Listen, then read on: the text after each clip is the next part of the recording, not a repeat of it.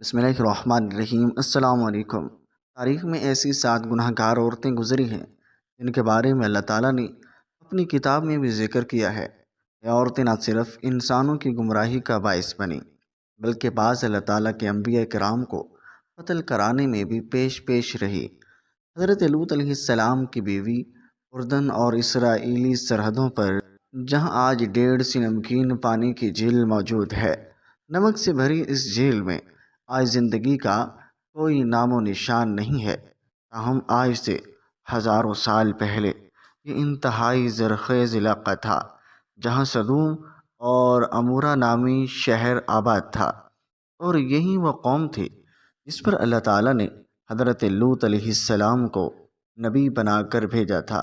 اور اس قوم کا گناہ بہت ہی بڑا تھا، ایسا گناہ اس سے پہلی قوموں میں سے کسی نے نہ کیا تھا۔ اس قوم کے مرد مردوں کے ساتھ اور عورتیں عورتوں کے ساتھ بدکاری کرتی تھی۔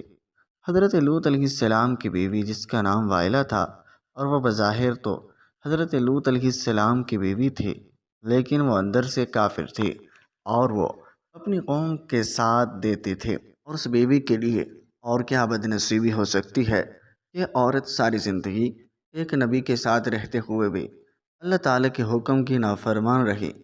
اور جب حضرت لوط علیہ السلام کی قوم نے آپ علیہ السلام کی باتوں کو ماننے سے انکار کر دیا تھا، تو اللہ تعالیٰ کے فرشتے نوجوانوں کی صورتوں میں اس بستی پر ظاہر ہوئے، اور جو حضرت لوط علیہ السلام کے گھر میں قیام پذیر ہوئے۔ اور حضرت لوط علیہ السلام کی بیوی جو اپنی قوم سدوم کے ساتھ ملی ہوئی تھی، اور اس نے جا کر اپنی قوم کے لوگوں کو ان نوجوانوں کے بارے میں خبر دے دی، اور ان لوگوں نے حضرت لوط علیہ السلام کے گھر کو چاروں طرف سے گھیر لیا، اور اس پر فرشتوں نے حضرت لوط علیہ السلام کو اس قوم پر عذاب لانے کی خبر سے آگاہ کیا، اور آپ علیہ السلام کو حکم دیا کہ آپ اپنے گھر والوں کو لے کر یہاں سے نکل جاؤ۔ اور حضرت لوط علیہ السلام ابھی راستے میں ہی تھے کہ ان لوگوں پر اللہ تعالیٰ کی طرف سے پتھروں کی بارش ہو گئی، اور آپ علیہ السلام کی بیوی جو اپنی قوم کا ساتھ دیتی تھی، وہ بھی اپنی قوم کے ساتھ تباہ و برباد ہو گئی تھی۔ اور سدوم کے پہاڑوں میں آج بھی وائلہ کی آبادی موجود ہے۔ حضرت لوط علیہ السلام کی بیوی کا تذکرہ قرآن پاک کے علاوہ بائبل میں بھی آیا ہے۔ نمبر 2، مبتلا ہو چکی تھی۔ حضرت نوح علیہ السلام کی بیوی قوم نوح شرک جیسے گناہ میں اس قوم کے لوگوں نے اپنے سرداروں اور نیک لوگوں کے بت بنائے اور ان کی عبادت اور پوجا شروع کر دی۔ اللہ تعالیٰ نے حضرت نوح علیہ السلام کو اس قوم پر مبعوث فرمایا، اور یہ قوم اتنی ظالم اور نافرمان تھی کہ اس قوم کے لوگ آپ علیہ السلام کے گھر داخل ہو کر آپ علیہ السلام ظلم کرتے، اور آپ علیہ السلام کو بے یار و مددگار چھوڑ جاتے۔ حضرت نوح علیہ السلام کو مجلسوں سے نکال دیا جاتا تھا۔ حضرت نوح علیہ السلام کی بیوی بھی ان کافروں سے ساتھ ملی ہوئی تھی۔ مفسرین حضرت نوح علیہ السلام کی بیوی کا نام وائلہ یا واگا بیان کرتے ہیں۔ یہ عورت کافر ہی نہیں بلکہ ان کا رہن سہن بھی کافروں جیسا تھا۔ حضرت نوح علیہ السلام کی بیوی کافروں میں شریک ہو کر آپ علیہ السلام کو دیوانہ اور مجنون قرار دیتی تھی۔ یہ عورت بتوں کی بڑی تعریفیں کرتی تھی۔ جب کوئی بندہ بتوں کو چھوڑ کر ایک خدا کی طرف مائل ہوتا تھا تو یہ عورت اپنی قوم میں جا کر اس آدمی کا نام بتاتے تھے، اور جس سے اس قوم کے لوگ اس بندے کو مارتے اور پیٹتے تھے۔ اس طرح سے وہ بندہ بھی ڈر اور خوف کے مارے پھر سے بتوں کی پوجا کرنے پر مجبور ہو جاتا تھا۔ اور وائلہ نامی اس عورت نے حضرت نوح علیہ السلام کے ایک بیٹے یام کو بھی کفر میں مبتلا کر دیا تھا، لہذا آپ کا یہ بیٹا ماں کی طرح کافروں سے مل کر آپ علیہ السلام کی مخالفت کرتا تھا۔ اللہ تعالیٰ نے اس عورت کی بدبختی قرآن پاک میں بیان کی ہے، اور اس کی تفسیر احوال بابل میں بھی درج ہے۔ جب اللہ تعالیٰ نے حضرت نوح علیہ السلام کی قوم پر سیلاب کا عذاب بھیجا تو آپ علیہ السلام کی بیوی اور نافرمان بیٹا یام بھی اپنی قوم کے ساتھ برباد ہو گئے۔ دلائلہ، وہ عورت ہے جس کا نام کئی صدیوں سے بے وفائی اور دغا بازی میں بہت ہی مشہور ہے، اور دائلہ کا ذکر قرآن پاک اور بابل میں بھی پڑھنے کو ملتا ہے۔ واقعہ کچھ یوں ہے کہ حضرت موسیٰ علیہ السلام کی وفات کے بعد بنی اسرائیل کی قوم عمالقہ کے محکوم بن گئی، اور اللہ تعالیٰ نے اس قوم میں بہت ہی طاقتور لڑکیوں کو پیدا کیا جس کا نام سمسن تھا۔ سمسن اس قدر طاقتور تھا، اکیلا ہی کئی ہزار بندوں کا مقابلہ کر لیتا تھا۔ قوم بنی اسرائیل نے اس بندے کی صلاحیت اور بہادری دیکھتے ہوئے سمسن کو اپنے قاضی کے عہدے پر فائز کر دیا تھا، اور اس کی طاقت کے ذریعے قوم عمالقہ پر فتح حاصل کرنے کی کوشش میں لگ گئی تھے۔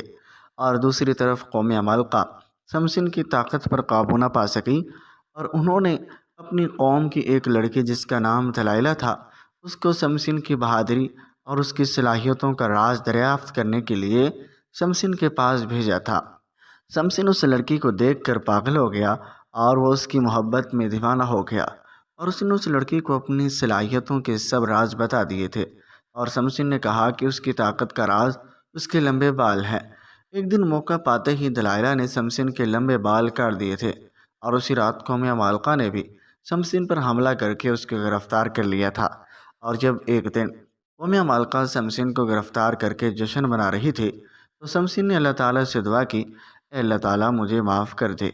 اللہ تعالیٰ نے سمسن کی دعا کو قبول کرتے ہوئے اس کی تمام طاقت واپس لوٹا دی تھی، اور جس ستون کے ساتھ سمسن کو باندھا گیا تھا اور سمسن نے اس ستون کو اپنی طاقت سے کھینچا تو سارے کا سارا محل زمین پر گر گیا، اور جس کے نتیجے میں دلائلہ اور قوم عمالقہ کے بے شمار لوگ موت کی گھاٹ اتر گئے تھے۔ جائزبل لبنان کے بادشاہ کی بت پرستی بیٹی تھی، اور اس کی شادی قوم بنی اسرائیل کے بادشاہ اخیب سے ہوئی، اور جائزبیل نے نہ صرف اخیب کو بت کی پوجا پر لگایا بلکہ تمام ریاست میں ایک خدا کو ماننے کے بجائے بے شمار بت بنا دیے گئے تھے تاکہ لوگ ان بتوں کی پوجا کرتے ہوئے گمراہی سے باہر نہ نکلیں۔ ایک دن قوم کے نیک بندے پر موسیٰ علیہ السلام نے جائزبل اور اس کے شوہر کو کہا کہ تم سب لوگ بت کی پوجا کرنے کے بجائے ایک خدا کی عبادت کیا کرو، اور اس میں تمہاری بھلائی ہے۔ اس ظالم عورت نے نیزے کا اتنا شدید وار کیا جس کی وجہ سے حضرت یرمیہ علیہ السلام نے اس عورت کو بد دعا دی، جس کی وجہ سے وہ بوڑھا آدمی شہید ہو گیا۔ حضرت یرمیہ علیہ السلام نے اس عورت کو بد دعا دی تھی، بہت جلدی تیرے حسین و جمیل بدن کو کتے نوچ نوچ کر کھا جائیں گے۔ اور اس کے بعد اللہ تعالیٰ اس قوم پر حضرت الیاس علیہ السلام کو بھیجتا، اور ہم یہ ملکہ ایمان لانے کے بجائے آپ علیہ السلام کو بھی مارنے کے لیے تیار ہو گئی تھی۔ اور پھر ایک دن حضرت یرمیہ علیہ السلام کی بد دعا رنگ لائی، اور ملکہ اسرائیل پر سرحدوں کے قبائل اور وحشیوں نے حملہ کر دیا، اور ان لوگوں نے ملکہ جائزبل کو زخمی حالت میں سڑک پر پھینک دیا تھا، اور یہاں تک کہ بہت سے جنگلی کتے جائزبل کے ارد گرد جمع ہو گئے تھے، اور کتوں نے اس لاش کو نوچ نوچ کر کھا لیا۔ اور عطالیہ حضرت الیاس علیہ السلام کے دور سے تعلق رکھنے والی ایک جائزبل کی بیٹی تھی، اور جس کا نام عطالیہ تھا، اور یہ لڑکی بھی اپنی ماں کی طرح بہت ہی حسین و جمیل تھی، اور یہ بھی کافر تھی۔ اس کی شادی یہودا کے بادشاہ یہورام سے ہوئی تھی، اور اس قوم میں بھی ہر جگہ بتوں کی عبادت ہونے لگی تھی۔ یہورام سے ہوئی تھی، اور اس قوم میں بھی ہر جگہ بتوں کی عبادت ہونے لگی تھی، اور اس قوم پر بھی وحشی لوگوں نے حملہ کیا تھا، جس کی وجہ سے وحشی لوگوں نے یہورام بھی قتل کرنا چاہیے، لیکن یہ بادشاہ ایک غار میں چھپ گیا تھا، جس کی وجہ سے اس غار میں ہی اس بادشاہ کی موت واقع ہو گئی تھی۔ اور جب وحشی ملکہ عطالیہ اور اس کی بیٹی اغزالیہ کو اپنے ساتھ ہی لے گئے تھے، اور ان ماں بیٹی کو بہت ہی زیادہ ذلیل کرنے کے بعد ماں اور بیٹی کو آزاد کر دیا گیا تھا۔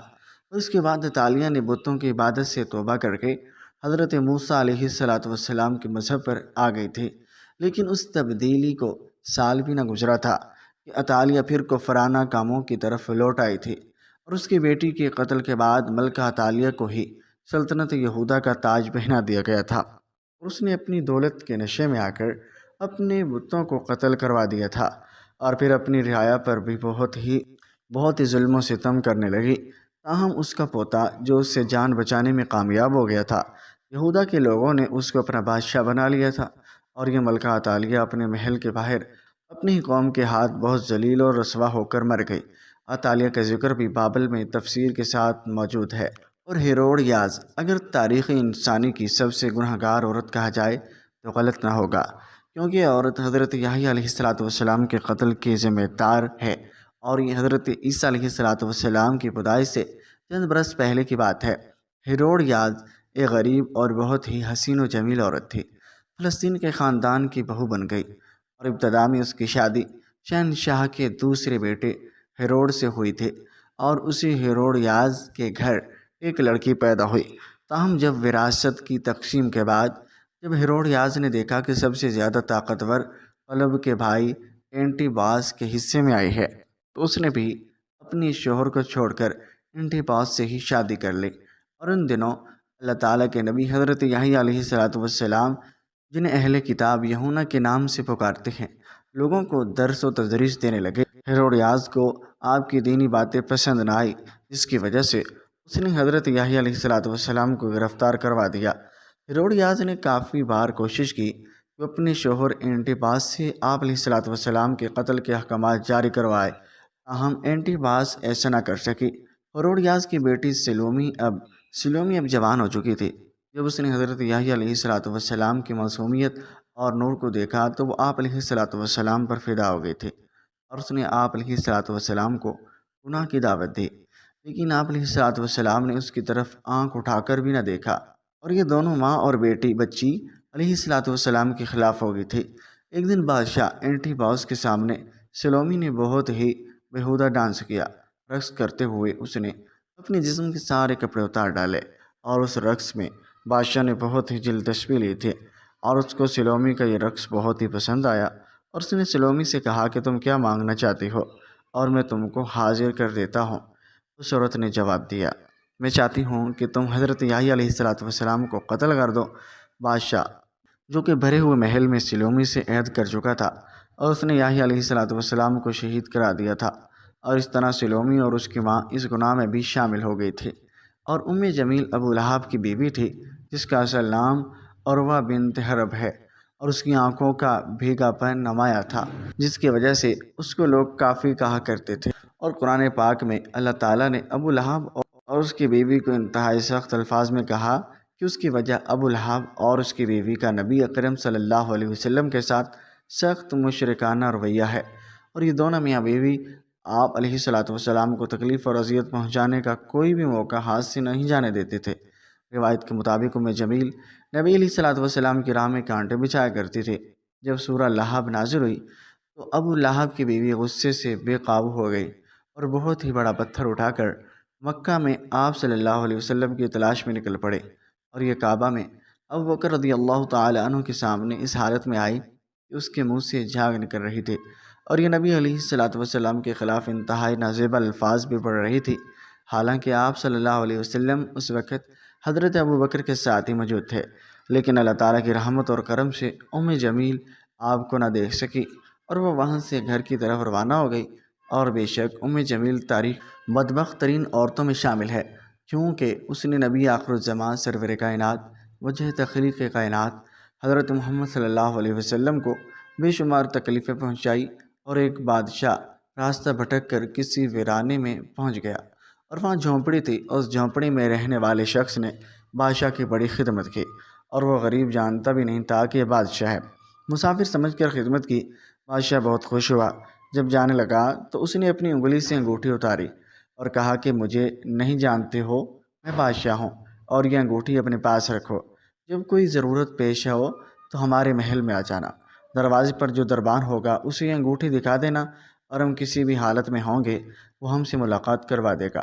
بادشاہ چلا گیا۔ کچھ دن کے بعد اس کو کوئی ضرورت پیش آئی تو وہ دیہاتی بڑے میاں محل کے دروازے پر پہنچے اور کہا کہ بادشاہ سے ملنا ہے۔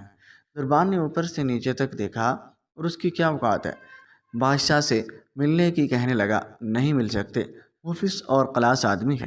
اور اس دیہاتی شخص نے پھر وہ انگوٹھی دکھائی۔ اب جو دربان نے دیکھا تو آنکھیں پھٹی کی پھٹی رہ گئی کہ بادشاہ کی مہر لگانے والی انگوٹھی آپ کے پاس۔ بادشاہ کا حکم تھا کہ یہ انگوٹھی جو لے کر آئے گا ہم جس حالت میں ہوں اسے ہمارے پاس پہنچا دیا جائے۔ چنانچہ دربان اسے ساتھ لے کر بادشاہ کے خاص کمرے میں تک گیا، اور دروازہ کھلا ہوا تھا۔ اندر داخل ہوا، اور اب یہ جو شخص وہاں چل کر آیا تھا اس کی نظر پڑی کہ بادشاہ نماز میں مشغول ہے، اور پھر اس نے دعا کے لیے اپنے ہاتھ اٹھائے، اور اس کی نظر پڑی تو وہ وہیں سے واپس ہو گیا اور محل کے باہر جانے لگا۔ دربان نے کہا مل تو لو، کہا اب نہیں ملنا، کام ہو گیا ہے، واپس جانا ہے۔ تھوڑی دور چلا گیا، جب بادشاہ فارغ ہو گیا، دربان نے کہا کہ ایسا ایسا آدمی آیا تھا، اور یہاں تک کہ پھر واپس جانے لگا۔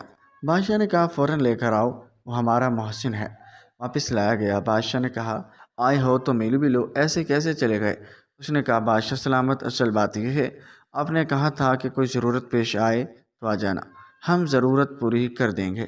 مجھے ضرورت پیش آئی تھی، میں آیا، اور آ کر دیکھا کہ آپ بھی کسی سے مانگ رہے ہو، تو میرے دل میں خیال آیا کہ بادشاہ جس سے مانگ رہا ہے کیوں نہ میں بھی اس سے ہی مانگ لوں۔